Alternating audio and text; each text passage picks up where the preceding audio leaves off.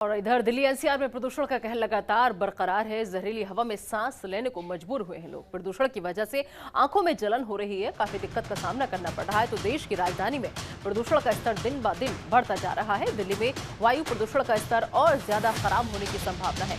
दिल्ली की वायु गुणवत्ता आज एक बार फिर से खराब श्रेणी में पहुंच गई है। तो दिल्ली वाले एक बार फिर से जहरीली हवा में सांस लेने को मजबूर हैं, क्योंकि ये प्रदूषण जो है जानलेवा साबित हो रहा है। आंखों में जलन हो रही है। दिल्ली एनसीआर में प्रदूषण का कहर लगातार बरकरार है। हालांकि आपको बता दें कि राज्य सरकार, केंद्र सरकार दोनों में ठनी हुई है, क्योंकि प्रदूषण पर तकरार लगातार है। आम आदमी पार्टी, केंद्र सरकार आमने सामने है, लेकिन दिल्ली वाले जो है वो इस समस्या से रोज दो चार हो रहे हैं।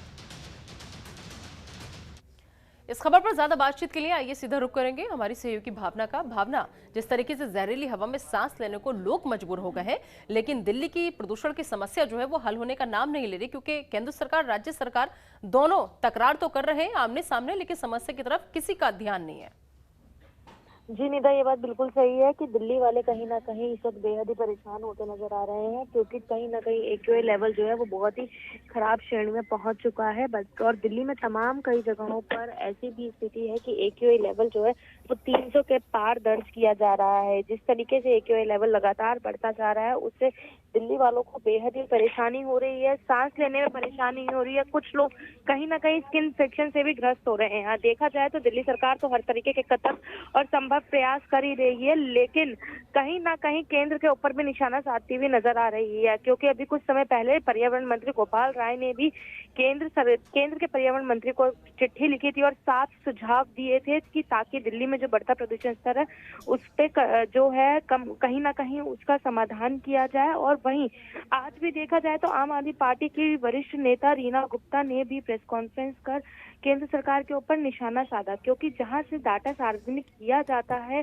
बढ़ते प्रदूषण को लेकर, तो कहीं ना कहीं उसको ब्लॉक कर दिया गया है और केंद्र सरकार किसी भी तरीके का प्रयास नहीं कर रही है। ऐसा आरोप आम आदमी पार्टी द्वारा लगाया जा रहा है। उनका यही कहना है कि कहीं ना कहीं आसपास के राज्यों को भी समझना होगा, आसपास के राज्यों से बैठक करनी होगी, ताकि ये जो बढ़ता प्रदूषण है दिल्ली में, इसकी रोकथाम की जाके और दिल्ली वालों को साफ और सुरक्षित हवा मिल सके। लेकिन ये वही आम आदमी पार्टी है ना भावना, जो अब आसपास के राज्यों से समन्वय बनाने की बात कह रही है, जो आसपास के राज्यों से बात करने की बात कह रही है। लेकिन जब पंजाब में इनकी सरकार नहीं थी तो सारा ठीक रहा। दिल्ली में बैठ करके पंजाब सरकार पर फोड़ दिया जाता था, हरियाणा सरकार पर फोड़ दिया जाता था। और साफ साफ अरविंद केजरीवाल कई बार कहते नजर आए थे कि अगर पंजाब में हमारी सरकार बन गई तो दिल्ली का प्रदूषण की समस्या हम खत्म कर देंगे। अब तो वहां इन्हीं की सरकार है, अब दिक्कत कहां आ रही है?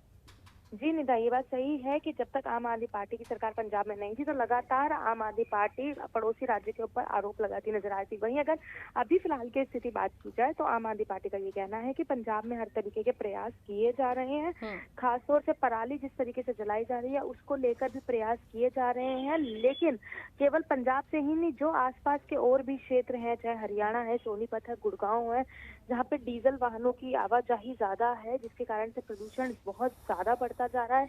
इंडस्ट्रियल में जिस तरीके से आम आदमी पार्टी सरकार ने तो रोकथाम की है, लेकिन देखा जाए तो आसपास के राज्यों में जो है वो इंडस्ट्रीज का प्रदूषण भी जो है वो कहीं ना कहीं वायु गुणवत्ता को खराब करता हुआ नजर आ रहा है। तो उसको लेकर आम आदमी पार्टी लगातार आस पड़ोस के जितने भी राज्य हैं, जितने भी क्षेत्र हैं, उनके पर्यावरण मंत्री के ऊपर कहीं ना कहीं निशाना दाग रही है और यही कहती हुई नजर आ रही है कि अगर एक साथ बैठ के इसका समाधान निकाला जाए, इसके ऊपर चर्चा की जाए, तो शायद केवल दिल्ली ही नहीं, आसपास के राज्यों में भी जो प्रदूषण स्तर बढ़ता नजर आ रहा है, स्थिति खराब होती नजर आ रही है, जिसके कारण दिल्ली में भी बेहद गंभीर स्थिति बनी हुई है, वो सामान्य हो सकती है। पहल करेगा कौन भावना, आगे आएगा कौन? सवाल तो यही है ना, क्योंकि जो आम आदमी पार्टी है वो लगातार ये कहती है कि केंद्र सरकार उन्हें काम नहीं करने दे रही। केंद्र सरकार जो वो ये कहती है कि मीटिंग्स होती है, इनको बुलाते हैं तो ये आते नहीं है।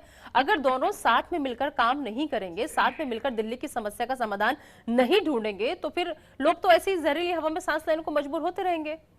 निधर, देखा जाए तो अगर पूरे राजनीतिक आंकड़न को उठाकर देखा जाए तो कहीं ना कहीं आपसी राजनीति के चलते, आरोप प्रति आरोप के चलते कहीं ना कहीं दिल्ली वासियों को ही परेशान होना पड़ रहा है। क्योंकि आम आदमी पार्टी एक तरफ ये कहती है कि राज्य सरकार हर तरीके के संभव प्रयास कर रही है, केंद्र सरकार, भाजपा किसी भी तरीके का सहयोग नहीं कर रही है। वहीं भाजपा ये कहती हुई नजर आती है कि आम आदमी पार्टी केवल आरोप लगाती है, किसी भी तरीके का प्रयास नहीं कर रही है, और तमाम आरोप भाजपा द्वारा आम आदमी पार्टी पर लगाए जा रहे हैं। अगर पूरा राजनीतिक पूरा संकलन देखा जाए तो कहीं ना कहीं केवल और केवल बस दिल्ली वाले ही इस जहरीली हवा में परेशान हो बिल्कुल, रहे दोनों हैं। सरकारों की लड़ाई राजनीति में का दौर पिसना पड़ रहा है दिल्ली की आम जनता को। बहुत बहुत शुक्रिया इस तमाम जानकारी के लिए भावना सिसोदिया आपका।